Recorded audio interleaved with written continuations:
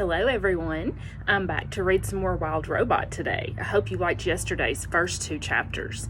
I'm sitting on my back porch today and enjoying the beautiful weather, and I hope you get outside today and play too, okay? Alright, we're on chapters 3, and I think I might read chapters 3, 4, and 5 today because they're pretty short, okay? Chapter 3, The Robot. The robot's computer brain booted up. Her programs began coming online.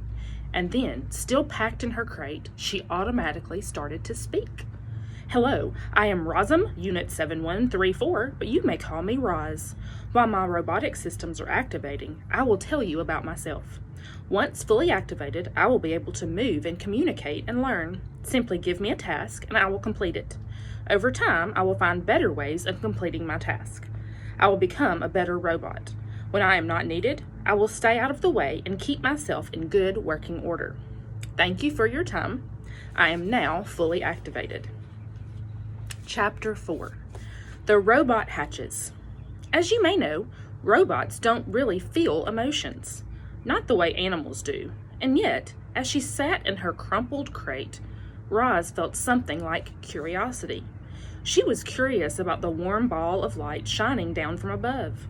So her computer brain went to work, and she identified the light. It was the sun. The robot felt her body absorbing the sun's energy. With each passing minute, she felt more awake. When her battery was good and full, Roz looked around and realized that she was packed inside a crate. She tried to move her arms, but they were restrained by cords. So she applied more force. The motors in her arms hummed a little louder, and the cords snapped. Then she lifted her hands and pulled apart the crate. Like a hatchling breaking from a shell, Roz climbed out into the world. And here's a picture of Roz. Is she what you thought she would look like? Chapter 5. The Robot Gravesite. Those otters were now hiding behind a rock. Their round heads nervously poked up, and they watched as the sparkling monster emerged from the crate.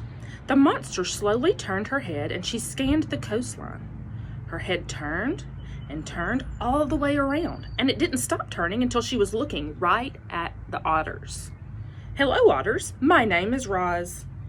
The robot's voice was simply too much for the skittish creatures. The biggest otter squeaked, and the whole gang suddenly took off. They galloped back across the robot gravesite, flopped onto the ocean, and raced through the waves just as fast as they could. Roz watched the otters go, but her eyes lingered on the sparkling objects that littered the shore. The objects looked strangely familiar.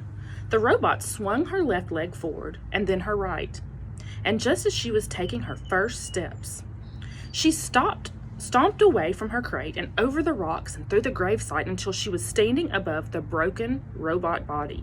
She leaned in and noticed the word Rosum lightly etched on the torso. She noticed the same word on all the torsos, including her own. Roz continued exploring the gravesite until a playful little ocean wave washed over the rocks. She automatically stepped away from it. The bigger wave sloshed toward her and she stepped away again. And then a gigantic wave crashed over the rocks and engulfed the entire gravesite. Heavy water pounded against her body and knocked her to the ground, and her damage sensors flared for the first time. A moment later, the wave was gone and Roz lay there, dripping and dented and surrounded by dead robots. Roz could feel her survival instincts, the part of her computer brain that made her want to avoid danger and take care of herself so she could continue functioning properly.